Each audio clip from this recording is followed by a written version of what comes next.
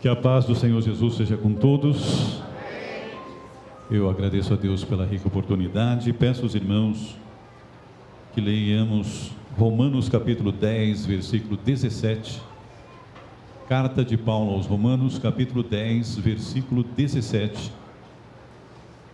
Agradecemos ao Senhor pela rica oportunidade, aos nossos pastores que nos dão também por confiança o direito de estar ministrando nesta noite aos vossos corações.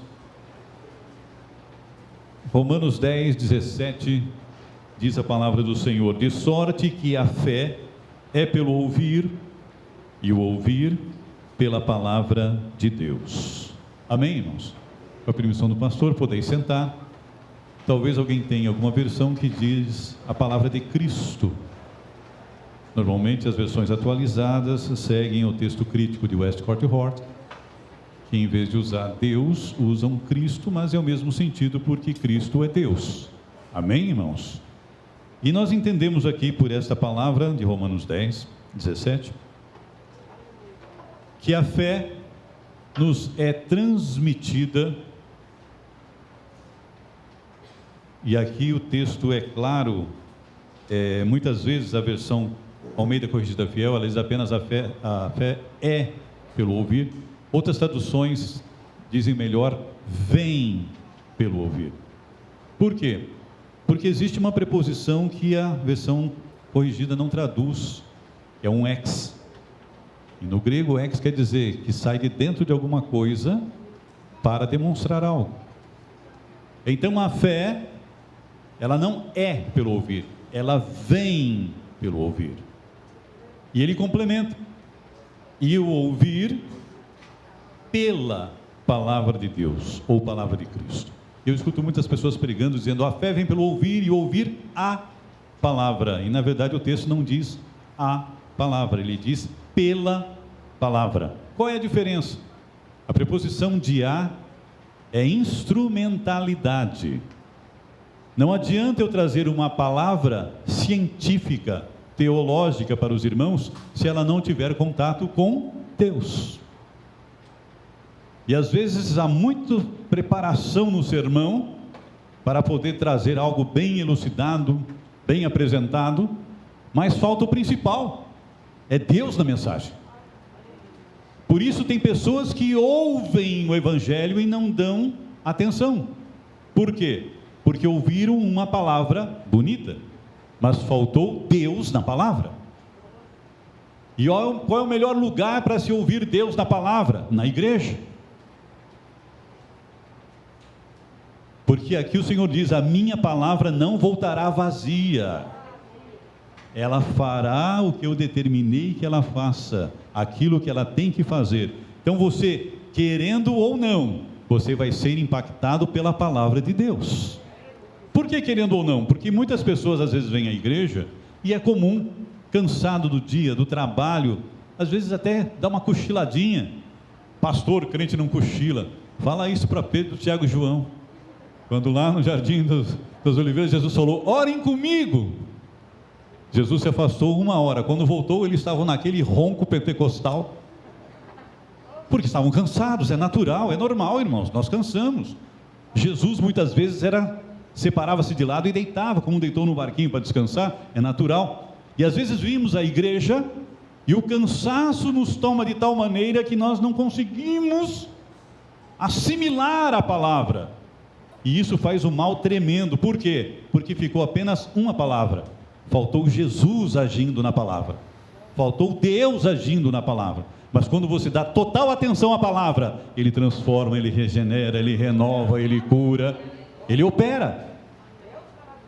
E a fé vem pelo ouvir, então tem que ouvir com atenção, não se distraia com nada. Deixe que a tua atenção seja focada na palavra, na mensagem. E é interessante, quando o apóstolo Paulo escreve essa palavra, que, como eu disse, algumas traduções dizem é pelo ouvir, outros dizem pela mensagem. A Nova Versão Internacional, ela diz, a fé vem por se ouvir a mensagem, e a mensagem é ouvida mediante a palavra de Deus. Então a mensagem tem que ser centralizada em Deus. Eu poderia trazer para os irmãos N elementos sociais, acontecimentos de todas as várias formas que estão se passando na humanidade, mas o importante para nós aqui é ouvir palavra de Deus, porque é ela que nos alimenta, é ela que nos sustenta. Amém, meus amados? E aqui, para falar de fé, é como se diz, chover no molhado no meio da igreja. As definições que os dicionários dão de fé: crença religiosa, é um sistema de doutrinas. Então tem a fé cristã, tem a fé islâmica, tem a fé budista. Depois diz, só em segundo lugar, que a maioria dos dicionários colocam que fé é crer totalmente em Deus. Alguns acrescentam uma outra conotação: fé é confiança. Até tem uma expressão que se usa muito aí fora: ô fulano, bota fé em mim, eu sei fazer isso, confia em mim. Por fim, quando você precisa de um documento legalizado, você tem que levar a um cartório, o tabelião assina, carimba, e aquilo tem fé pública. Então ele tem um documento legalizado. A sociedade transforma todo tipo de fé naquilo que eles querem. Para nós o interessante é o que a Bíblia fala da fé. Em Hebreus capítulo 11, verso 1, todos os irmãos conhecem. A fé é... Bom, eu achei que todos conheciam. Vamos lá. Se der para colar, irmão, coloca a cola aí para todo mundo ler. Hebreus capítulo 11, versículo 1 diz o que, irmãos? A fé é o firme fundamento das coisas que se esperam e a prova das coisas que se não veem. Eu sei que hoje dá muita dificuldade porque tem muitas versões. Eu até anotei várias, eu selecionei 40 versões, não vou falar todas, mas cada uma traz uma pinceladinha diferente. Então quando você diz: pastor, vamos ler uma mensagem, em que versão você vai ler? Faz diferença? Faz diferença. Nós vamos encontrar aqui, por exemplo, na King James e na Vulgata de Jerônimo, que a fé é a substância das coisas que se esperam. Porque quando você fala firme fundamento, o que é um fundamento? É uma base, é uma solidez. Mas o termo grego hipóstasis, ele tem o sentido de posse legal. Temos aqui alguns advogados que podem nos ajudar nessa particularidade. Você faz uma escritura, faz aqueles contratinhos de gaveta, mas aí você vendeu para alguém, tudo bem. Você vai no cartório e lavra uma escritura. Tem diferença? Tem. Aquela escritura é pública. Só que você pode lavar a escritura em várias cidades, em vários cartórios. O primeiro que registrar no registro de imóveis é que leva. Por isso que tem tanto problema rodando por aí afora. Que tem alguns espertinhos que vendem 2, 3 vezes o mesmo terreno. O primeiro que registra é aquele que tem valor. Por quê? O documento legal é o registro de imóveis. É a hipóstasis de um imóvel. É a certidão, a matrícula. O que isso quer dizer no campo da fé? Fé é a posse antecipada daquilo que você espera.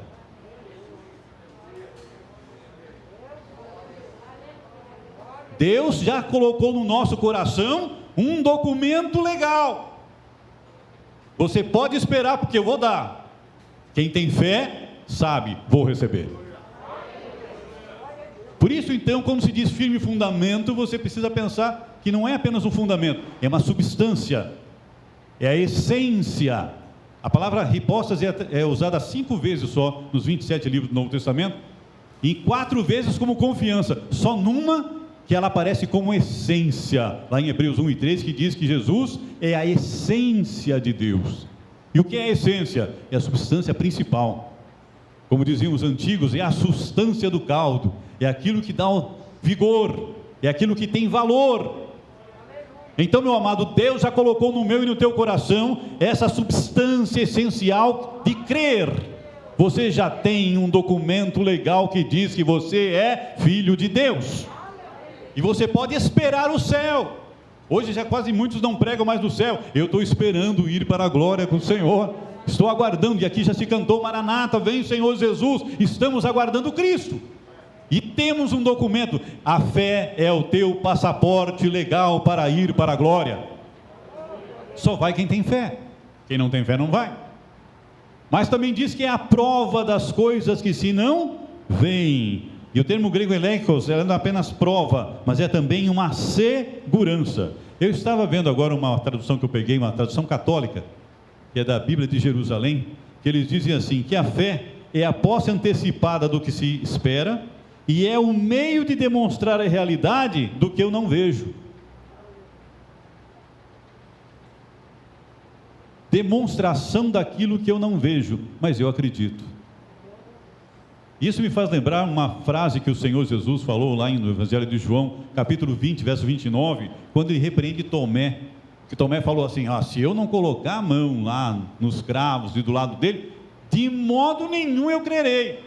Uma semana depois Jesus aparece e já vai direto para Tomé, põe a mão aqui. Aleluia. E aí ele diz uma frase no verso 29, bem-aventurados os que não viram e creram. Ei, você é bem-aventurado. Nós somos bem-aventurados. Não vimos Jesus, cremos que Ele está aqui. Somos bem-aventurados, não vimos o céu, estamos aguardando aquilo que nós não vimos. Somos bem-aventurados, cremos na glória de Deus e sabemos que ela está nos aguardando. Então, bem-aventurados que não viram e creram. E para correr, amados, porque as horas estão super avançadas, eu quero falar aqui rapidamente 3 tipos de crença, ou 3 tipos de fé. Primeiro é a fé evidente. Essa fé é a que mais agrada a Deus. Fé evidente é aquela que aceita de imediato e não depende de provas ou outro tipo de demonstrações. Ela é uma fé que ouve e recebe. Um exemplo dessa fé, Mateus 8, 5 a 13, todo mundo conhece, a história do centurião que procurou Jesus. No verso 8, ele fala para Jesus Cristo, Senhor, eu não sou digno que entres debaixo do meu telhado, mas mande uma palavra e o meu criado sarará. Jesus disse, eu vou lá curar o teu servo. Ele falou, não precisa, eu creio no Senhor, o Senhor manda uma palavra. Por que, Jesus? Sabe por quê? Porque eu também estou debaixo de autoridade, como o Senhor está. O Senhor está debaixo da autoridade do Pai, e a palavra de cura está debaixo da tua autoridade. Então, se o Senhor falar, como eu falo para um soldado, vem, ele vem, vai, ele vai, faz, ele faz. Se o Senhor mandar a palavra, onde está lá o meu servo? A palavra vai lá, meu amado. Tenha uma fé evidente em Deus, ouça a mensagem e acredite. Não fique esperando que algo aconteça, não fique esperando prova de que Deus está realizando algo na tua vida. Aceite pela fé, acredite. Essa fé evidente é aquela que agrada a Deus, porque a pessoa não põe em dúvida, a pessoa acredita. Lá em Lucas, no capítulo 17, do 12 e 19, também encontramos uma fé evidente. Aqueles 10 leprosos, Jesus estava entrando numa aldeia, e 10 leprosos dizem, Senhor, tem misericórdia de nós. Eles acharam talvez que Jesus fosse fazer alguma coisa, e Jesus apenas fala, vamos, mostrem-se aos sacerdotes.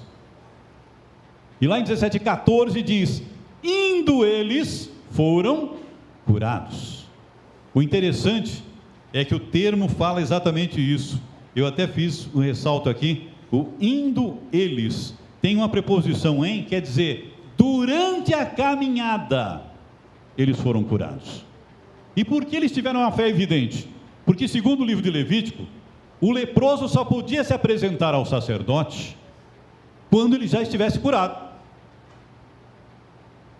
Ele tinha que se olhar, não tinha mais nada nele, só então é que ele poderia ir ao sacerdote, se apresentar para receber o certificado de cura. Aqueles homens saíram da frente de Jesus leprosos. Todos saíram da presença de Jesus leprosos. E a Bíblia nos fala que no caminho, andando para se mostrar aos sacerdotes, e o interessante, pastor, que cada um foi para um lado, né? Porque era a divisa de Samaria com a Judéia. Então tinha samaritanos e judeus misturados ali, naquele grupo de leprosos. Então quem era samaritano foi se apresentar para o sacerdote samaritano. Quem era judeu tinha que se apresentar para o sacerdote judeu. Porque judeus e samaritanos tinham sacerdotes separados. Cada um seguia a sua própria definição. E no meio do caminho todos foram curados. Mas um samaritano viu e voltou. Tanto que Jesus se assombrou e disse, ninguém mais voltou para dar glória a Deus, só esse camarada. E ele já veio bradando em voz alta: glória a Jesus, glória a Deus, porque ele acreditou que ele seria curado, mesmo sem receber a cura. Isto é evidente, isto é fé que não depende de prova. Muitas vezes o pastor diz: olha, hoje Jesus vai curar, você fica de olho aberto dizendo: será? Quem sabe? Não sei não. Meu amado, creia, receba a palavra de fé. Essa palavra de fé é evidente que vai fazer a mudança na tua vida. Porém, tenha fé inevidente. A inevidência é o contrário. Ela até acredita, mas tem um ponto de dúvida. Ela precisa de uma demonstração. Ela precisa de algo mais para poder acreditar. E aí é óbvio, já até falamos aqui da fé inevidente de João, quando ele aparece para Tomé. Lá no capítulo 19 ele aparece primeiro para os discípulos. Tomé não estava. Aí eles dizem: olha, vimos o Senhor. Tomé falou: se eu não colocar a mão, eu não vou crer.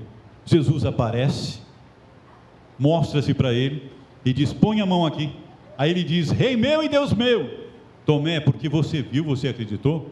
Bem-aventurados que não viram e creram. Tem crente que precisa do empurrãozinho de Deus para ele acreditar. Ele até quer acreditar que o milagre vai chegar na vida dele, mas ele depende de um extra, ele precisa de algo mais na sua vida. E o importante é que você tenha certeza de uma coisa: Deus não despreza quem tem fé inevidente. É uma fé que não é tão agradável a Deus, mas ele não despreza. Porque hoje muita gente malha Tomé. É ou não é verdade? Você quer falar de alguém que não tem fé? Rapaz, esse camarada parece Tomé. Esse homem é que nem Tomé. Deus do céu. Não acredita nas coisas, tem que ver para crer. E assim acabou até ficando já um ditado popular: ver para crer, como Tomé. Mas por que Jesus não abandonou Tomé? Porque lá no capítulo 11, quando Lázaro morreu, os irmãos vão ver do primeiro versículo em diante, manda um aviso para Jesus dizendo: olha, Lázaro, a quem tu amas, está enfermo. Jesus disse que ia depois. Ficou uns 2 dias. Aí ele fala para os discípulos: Lázaro está dormindo. Se está dormindo, deixa ele, Senhor, está salvo. Falou: não, Lázaro está morto. Só que no versículo 12 do capítulo 11, os discípulos já tinham dito: Jesus, os judeus querem te matar e o Senhor vai voltar lá para a Judéia? Eu vou porque eu amo Lázaro. Aí no verso 12, um dos apóstolos se manifesta. Quem? Tomé. Ele se levanta e diz para os outros apóstolos: vamos para morrer com ele na Judéia. Vamos juntos morrer com ele na Judéia. Se vão matar Jesus, Jesus, eu vou contigo, eu vou morrer junto. Por isso que Jesus não abandonou Tomé. Por isso que Jesus, uma semana depois, apareceu de novo e disse: Tomé, olha, alimenta melhor a tua fé, rapaz. Você é uma pessoa de valor, eu sei o que você tem aí dentro de você. Estimule a tua fé, acredite mais. Não sejas incrédulo, mas crente, porque Tomé estava disposto a morrer por Jesus Cristo. Então tem muito crente que quer servir a Deus de coração, quer servir ao Senhor com alegria, mas tem algumas dúvidas. Meu amado, tire todas as dúvidas do teu coração. Pastor, mas você não sabe o que eu passo, você também não sabe o que eu passo. E eu também tenho os momentos de que dá uma vacilada, mas eu tenho que pensar, lutar contra a situação. Por que lutar contra a situação? Porque muitas vezes aquilo que nos cerca é maior do que aquilo que a gente crê. Nós pensamos assim, achamos que a situação é tão agravante que nós não vamos conseguir vencê-la. Mas aí você precisa fazer uma coisa, irmão: usar o nome e a palavra do Senhor. Tem que usar o nome e a palavra do Senhor. Hoje estamos vivendo dias difíceis. Eu tenho visto alguns irmãos dizendo: não, estamos esperando essa vacina. Tem gente que está pondo fé mais na vacina do que em Deus. A vacina vai nos ajudar, graças a Deus que ela veio, mas ela não vai resolver o problema totalmente. Por quê? Porque tem um bando de inconsequentes, de responsáveis, que não sabem cumprir o protocolo, que não sabem cumprir as regras que a saúde impõe, e aí nós pagamos por causa dele. Comércio fechando, muita gente tendo problemas. Mas eu quero dizer uma coisa: se você tem comércio, se você tem algo que está preocupado, eu quero te dizer em nome do Senhor, Deus vai prover na tua vida. Aí quem tem fé evidente já recebeu e está dando glória a Deus. Quem tem fé inevidente diz: será? Vamos ver para crer, né? Então, meu amado, quem tem fé evidente já recebeu a vitória, já tem a provisão e sabe que Deus já está fazendo toda a mudança. E por fim, meus queridos, Deus não desiste dos seus. Deus não desiste nem de mim, nem de você. Sabe por quê? Porque o Senhor nosso Deus quer que a tua fé inevidente, duvidosa, se torne uma fé evidente. Que acredite na mensagem como ela foi pregada, sem esperar outras coisas mais. Onde encontramos esse exemplo? Eu quero finalizar aqui em João 4, 46 ao 53. Que é quando uma pessoa chega para Jesus e diz: Senhor, meu filho está morrendo, desce lá para curá-lo. E ele disse: desce lá porque ele morava em Cafarnaum, e ele tinha subido para Caná da Galileia, onde Jesus estava, e Caná fica quase 100 metros acima de Cafarnaum, que fica mais baixo. E ele subiu até Caná, falou com Jesus e disse: desce para curar o meu filho. Jesus então lança no rosto dele, verso 48, dizendo: se vocês não virem sinais e milagres, vocês não vão crer. Mesmo assim o homem não se intimidou, falou: desça, por favor. Jesus dá uma palavra para ele: vai, teu filho vive. E a Bíblia nos diz, amado, no versículo 50, que aquele homem creu, não precisou mais esperar que Jesus fosse com ele, ele acreditou. Irmãos, uma caminhada de mais de 30 quilômetros, e ele veio 30 quilômetros para buscar Jesus. Jesus disse que não ia, mas disse: vai, o teu filho já está vivo. Ele acreditou na palavra. Ele veio com uma fé duvidosa, ele veio com uma fé inevidente, ele veio com aquela fé pensando: se eu não levar Jesus, o milagre não acontece. Mas Jesus disse: vai, o teu filho está vivo. E a Bíblia diz: o homem creu. Aleluia. O homem creu. Fez toda a mudança na história dele. Ele voltou os 30 quilômetros de volta para casa. E quando chegou, já entrando na sua casa, os seus servos disseram: teu filho está vivo.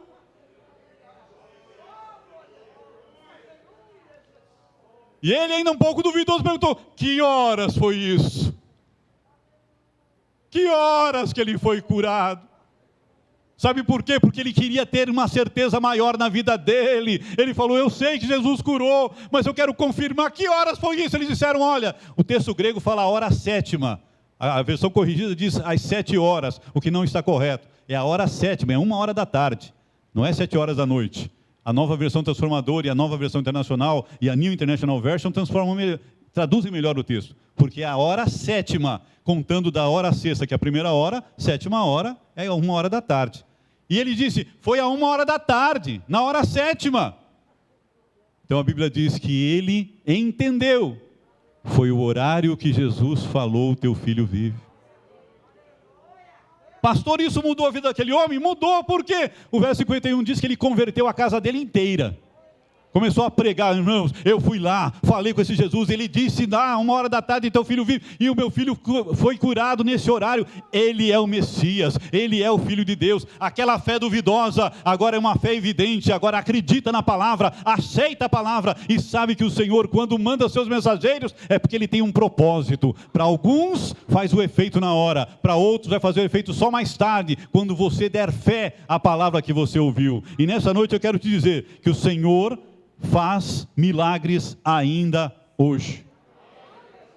Irmãos, Deus ainda faz milagre hoje. O problema é que muitos hoje já estão duvidosos. Pastor, mas tem tanta gente perecendo, tem tanta gente se acabando. E já falei aqui da outra vez, não preciso dizer muito.